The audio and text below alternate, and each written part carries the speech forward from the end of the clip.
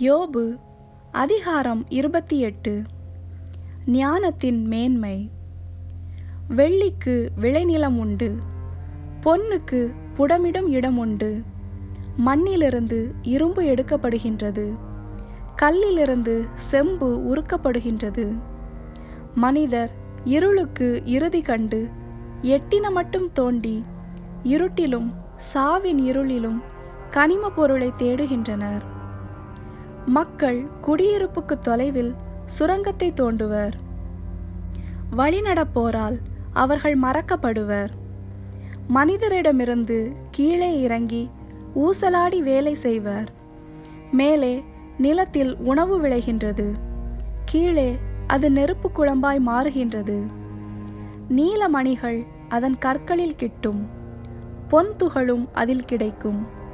அதற்கு செல்லும் பாதையை ஊன் உண்ணும் பறவையும் அறியாது, கழுகின் கண்களும் அதை கண்டதில்லை. வீறு கொண்ட விலங்குகள் அதன் மேல் சென்றதில்லை, சிங்கமும் அவ்வழி நடந்து கடந்ததில்லை. கடின பாறையிலும் அவர்கள் கை வைப்பர்.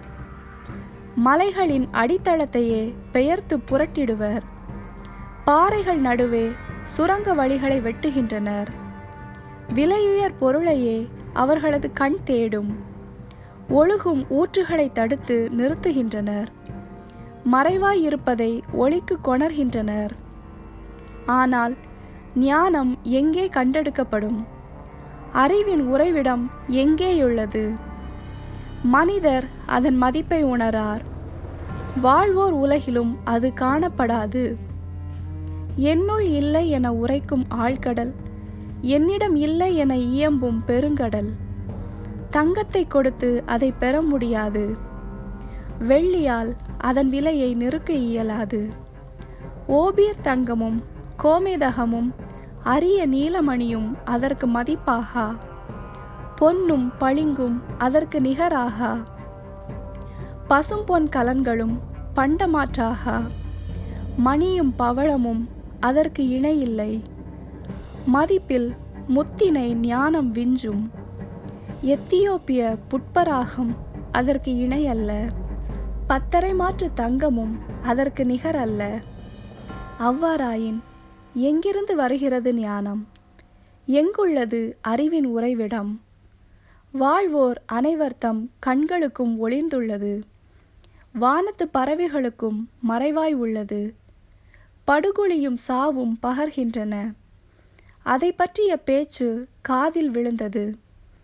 அதன் வழியை தெரிந்தவர் கடவுள், அதன் இடத்தை அறிந்தவரும் அவரே. ஏனெனில் வையகத்தின் எல்லை வரை அவர் காண்கின்றார், வானத்தின் கீழ் உள்ளவற்றை பார்க்கின்றார்.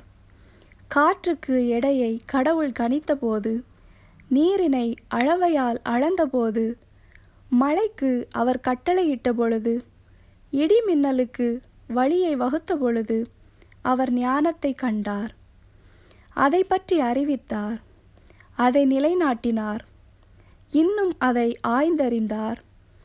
அவர் மானிடருக்கு கூறினார், ஆண்டவருக்கு அஞ்சுங்கள், அதுவே ஞானம். தீமையை விட்டு விலகுங்கள், அதுவே அறிவு.